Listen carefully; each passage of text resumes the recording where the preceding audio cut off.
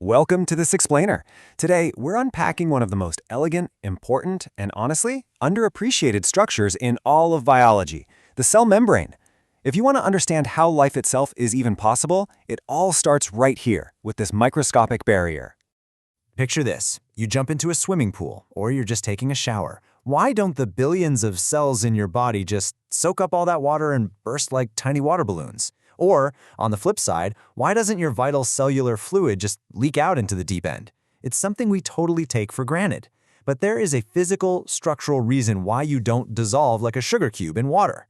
And the answer to that swimming pool question is the cell membrane, also known as the plasma membrane. Section 1. The ultimate cellular barrier. Let's dive into how the cell membrane basically acts as the skin of your cells. Section 2. Balloons with two strings. So, just like your actual skin protects your internal organs from the wild outside world, the cell membrane completely surrounds every single cell. It's the ultimate barrier regulating exactly what gets in and exactly what gets out. To really get how this works, we got to zoom way into the molecular level. What is this wall actually made of? Well, the main building block is a wild little molecule called a phospholipid. Now, if you're a beginner to biology, please don't let that chemical name intimidate you. A phospholipid looks remarkably like a simple balloon tied to two long strings. Let's break this shape down because its design is literally the secret to everything. The balloon part is a phosphate head group. This head is polar, meaning it's hydrophilic. Hydro means water and philic means loving. So this balloon head absolutely loves water and will do whatever it can to touch it. Now check out those two strings hanging down. These are fatty acid tails attached to the head by a glycerol backbone. These long carbon chains are nonpolar, making them hydrophobic. Phobic means fearing. These strings are absolutely terrified of water and will do anything to hide from it. Because this one single molecule has both a water-loving head and these water-fearing tails, it gets a very special biological classification. It's called an amphipathic molecule. I know, it sounds like a massive textbook word, but really, it just means it has a split personality when it comes to water. And honestly, that split personality is what makes life on Earth possible. Section 3. Building the bilayer. Let's look at what happens when you drop millions of these amphipathic molecules into a natural water universe.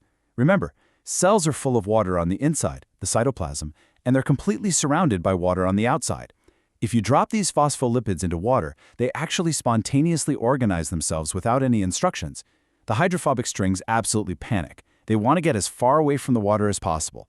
So they huddle together, tail to tail. Meanwhile, the water-loving phosphate heads gladly face outward to interact with the water on the outside and inward to touch the water on the inside. What you get is this beautifully perfect double-layered sphere. In fact, scientists believe that way back on early Earth, before complex life even existed, these molecules were spontaneously forming these primitive protective spheres. We call this structure the phospholipid bilayer. Bi just meaning two layers. It is a brilliant arrangement. The water lovers touch the watery environment on both sides, and the water fears hide safely right in the middle. This creates a deeply hydrophobic inner core, literally a microscopic wall of fat, that completely seals the cell off from the outside world. Section 4. The membrane VIP list. Thanks to that oily inner core, the cell membrane acts kind of like a highly selective VIP bouncer at an exclusive club. We call this property being semi-permeable or selectively permeable. It doesn't just let anything wander in or out. It checks the credentials of every single molecule based on its size and its charge. And notice how strict these VIP rules are. Small, nonpolar molecules like oxygen and carbon dioxide gases, they breeze right through the membrane via passive diffusion. Our cells basically just breathe them in and out seamlessly.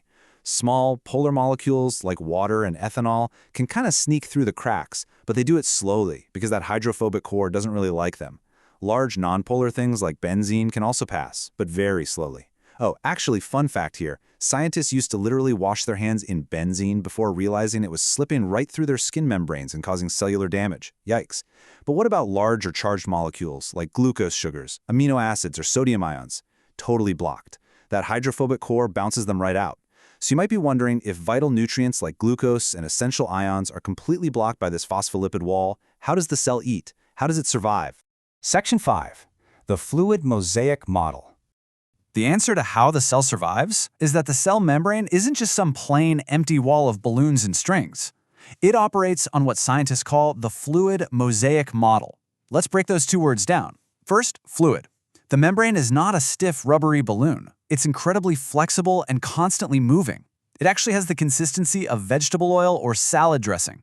If you push on it, the phospholipids just shift and rearrange themselves. Second, mosaic.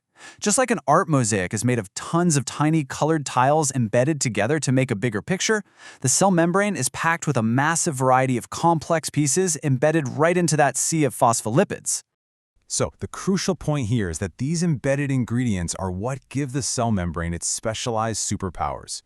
Scattered throughout, floating in that oily sea, you're going to find proteins, cholesterol molecules, and complex chains of carbohydrates. Let's look at exactly what these specialized mosaic pieces are doing. First up are the proteins. Some sit right on the surface, but a lot of them go all the way through the membrane. We call those transmembrane proteins. These are basically the secret doorways past our VIP bouncer. They act as dedicated transport tunnels for all those rejected molecules we talked about earlier. Without these protein channels, vital, large, or highly charged materials like glucose would just bounce off the lipid bilayer, and the cell would starve. Next, we have cholesterol. Now, I know cholesterol gets a pretty bad rap in popular diet culture, but on a cellular level, you desperately need it. Embedded right inside those hydrophobic tails, cholesterol acts as a temperature buffer. If you get really cold, the phospholipids naturally try to huddle close together and freeze solid. But cholesterol steps in as a spacer, pushing them apart so the membrane stays fluid. And if you get really hot, the membrane could become too fluid and literally melt apart. But cholesterol acts like a glue holding the lipids together. It is the ultimate membrane stabilizer. Finally, we have carbohydrates. These form structures called glycoproteins when they're attached to proteins, and glycolipids when attached to lipids. Basically, these sugar chains stick out on the outside of the cell like little cellular ID tags. Your immune system is constantly scanning these sugar tags to figure out, hey, does this cell belong to us, or is it a foreign invader that needs to be destroyed? In fact, your specific blood type is entirely determined by which specific carbohydrate tags you have sitting on your cell membranes right now. How cool is that? Which brings us to a final thought to leave you with today. When you step back and look at the sheer elegance of this system, this perfectly fluid, semi-permeable mosaic of tiny chemical balloons and strings just naturally assembling to protect the chaotic chemistry of life, you really have to ask, if this microscopic oily barrier didn't spontaneously behave exactly this way, could complex life on Earth even exist? It's a profound reminder that the most massive miracles of life often rely on the absolute smallest of details. Thank you so much for joining me for this explainer on the cell membrane, and keep exploring.